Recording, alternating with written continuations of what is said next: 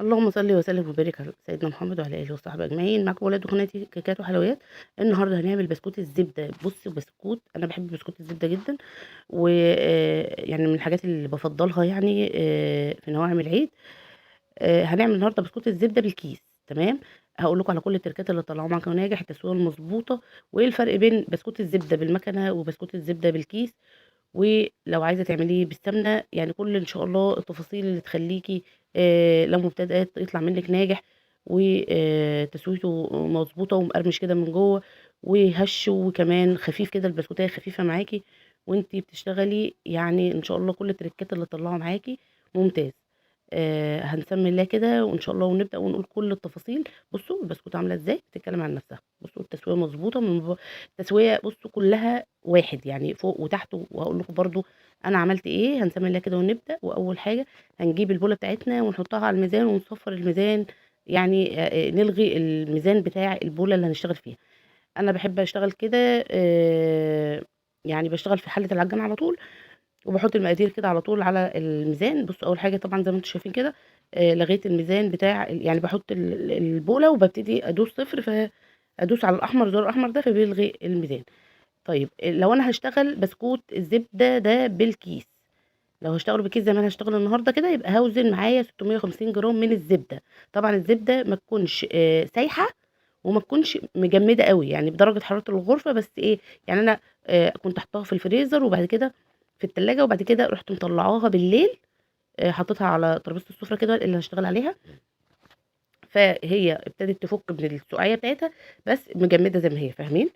طيب هنحط قد ايه سكر؟ احط 300 جرام من السكر البودره. سكر انا نخلاه بنفسي كده في الكبه، ما بجيبش سكر جاهز من عند الاكياس اللي هي بتجي جاهزه، عشان بيبقى عليها نشا، عشان ابقى عارفه كده المقدار اللي انا بشتغل بيه. حطيته كده الكف بتاعي، وابتدي اشغل اول حاجه على سرعه هاديه، بدمج بس السكر مع الزبده زي ما انتم شايفين كده، وبعد كده هبتدي بقى اعلي العجان على اعلى سرعه لما اتاكد ان خلاص السكر والزبده دبوا مع بعض، يعني دمجوا مع بعض، عشان ما اعليش مره واحده وتلاقي السكر اتبعتر كده والدنيا مش تمام. ده كده مقدار بسكوت الزبده بالكيس. طب لو انا هشتغل في مكنه، ما عنديش كيس بقى وعايزه اعمل البسكوته دي بس بمكنه، تمام زي الفل، بس هتقللي 150 جرام من الزبده. احنا بنحط 650 جرام علشان لما اجي اشتغل بكيس يبقى سهل معايا، والعجين ينزل معايا من الكيس ويبقى سلس كده، والضغطه بتاعته تبقى بسيطه ويبقى معايا سهل. لكن لو انا اشتغلت بالمقدار ده في المكنه، هاجي اشيل البسكوته احركها، يعني اشيلها على ايديا، احطها في الصاج، هتلاقيها وقعت ومش هتبقى مظبوطه. تمام.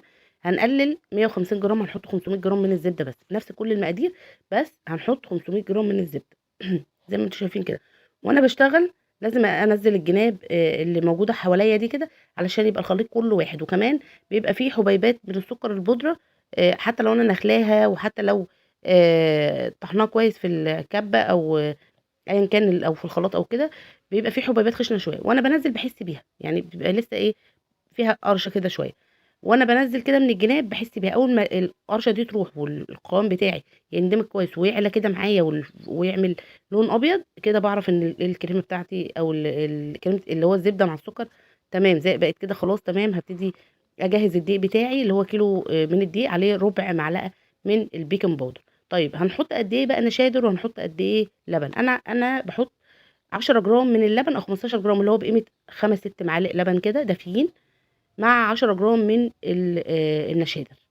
مش بزود عن كده. في ناس بتحط نص كوبايه، تمام حلو قوي، بيطلع معاها جميل جدا ومرتفع، ويعني البسكوته بتتكلم عن نفسها، بس فيها طراوه شويه. انا بحب القرمشه بتاعه البسكوته، يعني تحس ان البسكوته زي الجاهزه كده فيها قرمشه، فاللبن بيزود الطراوه بتاعه البسكوته. انت بقى زي ما تحبي، الموضوع ده بتاعك انت. حبيتي البسكوته تبقى مقرمشه، هتقللي في اللبن. حبيتيها تبقى في القطمه بتاعتها كده سهله معاكي، هتزودي اللبن، يعني زي ما انت عايزه.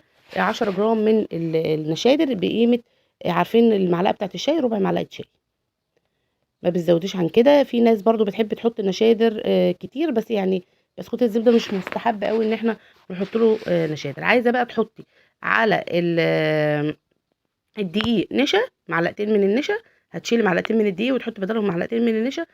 انا برضو مش بحط نشا على بسكوت الزبده بالكيس، يعني انا يعني بشتغل في بسكوت الزبده بكل الحاجات اللي تطلع لي البسكوته مقرمشه مقرمشه تمام، وتبقى محمله كده معايا وفيها القرمشه بتاعه الجاهز، يعني زي بسكوت العبد والبسكوت الجاهز اللي بيجي من بره.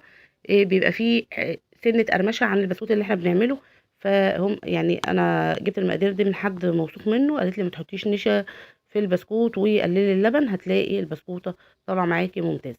بصوا اهو زي ما انتم شايفين القوام ارتفع كده. وعايزه اقول لكم على حاجه كمان، بس انا مجربتهاش برضو، يعني هي معلومه جات لي وانتوا عارفين ان احنا بنتكلم مع بعض كل حاجه. قالت لي صاحبتي دي قالت لي ان البسكوت وهو بيتعجن بيحطوا يعني وانت في اخر مرحله كده وخلاص وحطيتي الدقيق وهتبتدي تلمي العجين، بيحطوا عليه الالوان اللي هي اللون الاصفر. تمام، اللون الاصفر في العجين عشان يديكي درجه الاصفر قبل التسويه اصلا، يعني قبل التسويه بتحسي ان الدرجه كلها مصفره كده. طبعا المعلومه دي والله انا عارفه ان في معلومات كده في الشغل ناس ما بتقولش اصلا عنها، يعني في ناس بتعرف المعلومه وما بتقولش. هتحسي ان البسكوته وناس تقول لك ده احنا سويناه على درجه حراره ما اعرفش ايه والتسويه طالعه مظبوطه وهاديه، وانت تيجي تجربي يا عيني وتهدي النار وتشغلي من فوق وتحت وبرده تطلع معاكي اللي هو التسويه العاديه بتاعتنا العاديه. فازاي قدروا يعملوا كده؟ لا، هو اللون بيتحط لون اصفر من اللي هو الالوان بتاعتنا الغذائيه دي على العجين من البدايه. فالصفار ده لما تيجي تدخليه الفرن فياخد لون، فبتبتدي تحسي ان البسكوته كلها لون واحد. بس انا ما حبيتش اعمل كده، مش عارفه يعني ما حبيتش اجرب الموضوع ده، لان ده كان اوردر وكان هي يعني هي عارفه البسكوت انا بعمله ازاي. يعني لما اجي اعمل لنفسي بقى هحاول اجرب وابقى لكم بقى الدنيا هتبقى فيها ايه. بصوا اهو، بصوا القوام عمل ازاي اهو، هو ده القوام بقى اللي انا محتاجاه. هبتدي اجهز الدقيق بتاعي. طبعا انا لما ببتدي القوام يعمل كده بجهز البيض. انا عندي 3 بيضات حجم البيض كبير، وهبتدي انزل ببيضه بيضه، يعني كل ما البيضه تختفي هنزل بالبيضه اللي بعدها. اهو بصوا أهي. ادي اول بيضه، هبتدي اهو حطيتها، بس طبعا انا مش عارفه هي انتوا شفتوها ولا لا. المهم يعني كسرت اول بيضه كده حطيتها، وبعد كده اختفت هحط البيضه اللي بعدها، وبعد كده البيضه اللي بعدها. ادي تاني بيضه اهو. وبرده العجان شغال معايا على سرعه. بس خدوا بالكم الاحسن ان انت تكسري البيضه في طبق.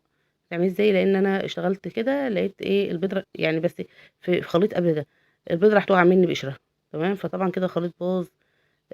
فعشان تاخدوا بالكم من الموضوع دوت اكسريها في طبق وانزلي بيها بيضه بيضه، ما تستعجليش يعني وانت شغاله. وبعد كده هحط بقى ريحة الموز، وهحط الفانيليا وال يعني الحاجات اللي هي المنكهات والروائح اللي بتضيع الزفارة زي ما تحبي بقى. يعني عايزة تحطي فانيليا سايلة، فانيليا باودر، زي ما تحبي. هنزل بقى هجهز اللبن بتاعي اللي هم ال10 جرام. طبعا اللبن لازم يبقى دافي، واحط معاهم النشادر وهقلبهم. هتلاقيهم ارتفعوا كده عملوا فقاعات كده، فتعرفي ان النشادر بتاعتك ممتازة.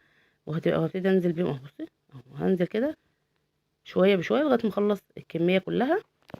تمام، برضو العجان عايزه بقى تبطئي في المرحله دي العجان شويه عشان الدنيا اللبن ما يتمطورش عندك. تمام، بصوا اهي ده الدقيق، وحطيت عليه المعلقه من ربع معلقه من البيكنج باودر، ورشه الملح اللي هي السنه عن سيدنا محمد عليه افضل الصلاه والسلام. وهبتدي اوطي العجان خالص وهبتدي الم الدقيق كده. بصوا زي ما انتم شايفين كده انا بعمل ايه. المرحله اللي بقول لكم عليها دي اللي انت تقدري تحطي فيها اللون. لو انت حابه تحطي نقطتين من اللون الاصفر هتحسي ان العجين معاكي اللون الاصفر ده يعني اغمق شويه، فهيبتدي مع التسويه يديكي الدرجه اللي انت محتاجاها بالظبط. هلم كده بقى العجين بتاعي كده وهبتدي اقلبه تقليبه بايديا علشان من تحت هتلاقي ممكن تكون فيه زبده العجان موصلهوش. بصوا اهو انا هقسم بقى الخليط نصين. تمام، هقسم الخليط نصين. هسيب بقى الخليط اللي من تحت اللي هو ممكن يكون فيه زبده ازيد شويه، لان في القاع كده بيبقى ساعات فيه زبده. وهبتدي اقلب معلقتين من الكاكاو. تمام، مش هضيف بقى زبده تاني، يعني اصلا انتوا لو انتوا بتقلبوا العجين هتلاقي فيه بواقي زبده من تحت. لا، انا خدت كده القوام اللي هو الاولاني، واللي من تحت ده قلبته مع الكاكاو. وهبتدي الم كده خلاص كده هبتدي اشتغل. ادي الكيس بتاعي اهو، ودي التب اللي هشتغل بيه اللي هو المشط. بس هشتغل الاول بالعجينه البيضه الفاتحه. بصوا اهو، بصوا بقى يعني المفروض ان انا بضغط ضغطه بايديا علشان البسكوته تبقى قلبها محمل كده اهو. بصوا واسحب كده لتحت واروح جايه عند اخر الكيس واروح قاطعه كده وايه ومكمل اهو. بصوا اهو.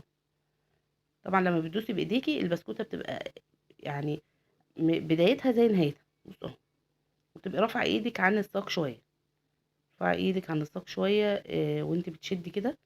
بصوا زي ما انتم شايفين كده، طول واحد بقى، وكل بتتحكمي بقى في الحجم وبتتحكمي في كل حاجه. بصوا زي ما انتم شايفين كده. لو في اي بقى تحسوا ان البسكوته وانت بتقطعيها طلع منها بواقي عجين كده اهو، لمي كده الكلام ده علشان كل اللي انت هتشتغلي بيه او كل شكل البسكوته زي ما هتسيبيها زي ما هتلاقيها بعد التسويه اهو.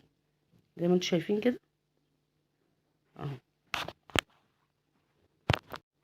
بصوا يعني الفيديو موضح نفسه خالص اهو. لو في حاجه حسيت ان هي مش مظبوطه بتشيليها بكل سهوله وتبتدي تعملي غيرها. اي حاجه ما بتعجبنيش ببتدي اشيلها زي بكل سهوله. بصوا اهو. باظبط بقى الشكل زي ما انا عايزاه. حسيت ان الشكل مش عاجبني بروح شايله والم العجين الزياده ده عشان ما يتحرقش مني، وابتدي زي ما انتم شايفين. طبعا انا هشتغل مثلا اول ما ابتدي اخلص مثلا نص الكميه ببتدي اشغل الفرن بتاعتي من تحت بس، اشغلها تسخن كده لغايه ما اخلص بقيه العجين. بصوا اهو.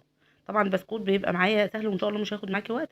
الكيلو بيطلع لك حوالي آه، صاجين من اللي هو 40 في 60، وصاجين من ال30 في 40.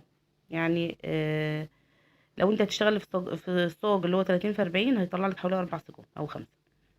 طبعا انا خلصت كده الابيض، ابتديت اشتغل بالشوكولاته. اول بسكوته هتحسي ان هي فيها بواقي عجين كده ابيض والباقي تمام. بس كل صاج انا بشتغل فيه. يعني انا ظبطت السجان كلها وجيت عند السجان اللي هشتغل فيها في الغامق بقيت احط واحده من الابيض من العجين الابيض اهي، واحده في كل صاج. ليه بقى؟ دي اللي هتبقى التسويه بتاعتي اللي هعرف اسوي بيها بقيه الغامق، لان الغامق مش بيبان في التسويه. فلازم تحطي كده بسكوته بيضه علشان تعرفي الدنيا. اللي انتوا شايفينها الزجزاج دي كانت طالعه من السنه اللي فاتت تقريبا، فسهله. بصوا زي ما انتوا شايفين كده اهو. ببتدي اعمل وانا بشتغل بايديا كده بعملها يمين وشمال فبتديني. هنبتدي بقى في التسويه. انا بسوي على بس بشغل الفرن اللي هو بتاع الخبيز من فوق وتحت. بس بخلي اللي فوق درجه الحراره هاديه ومن تحت متوسطه. تمام. طبعا سخونيه الفرن كده كده بتعمل صهد فبتسوي من فوق. بس انا ما بستناش لما ياخد لون من تحت وببتدي اشغل من فوق فيبتدي يغمق من تحت معايا زي ما انتم شايفين. وبسوي بياخد معايا الصاج تقريبا يعني 8 دقايق 10 دقايق. وطبعا ببقى متابعاه، بفتح وبقلب يمين شمال الصاج لغايه ما يديني اللون والتسويه بتاعته زي ما انتم شايفين على الهادي كده. بصوا بحط طبعا اللي هي الابيض دي في النص علشان اسوي عليها. بصوا بسكوت عامله ازاي، تتكلم عن نفسها. يا رب الفيديو يكون عجبكم واستفدتوا منه. متنسونيش اللايك والاشتراك في القناه.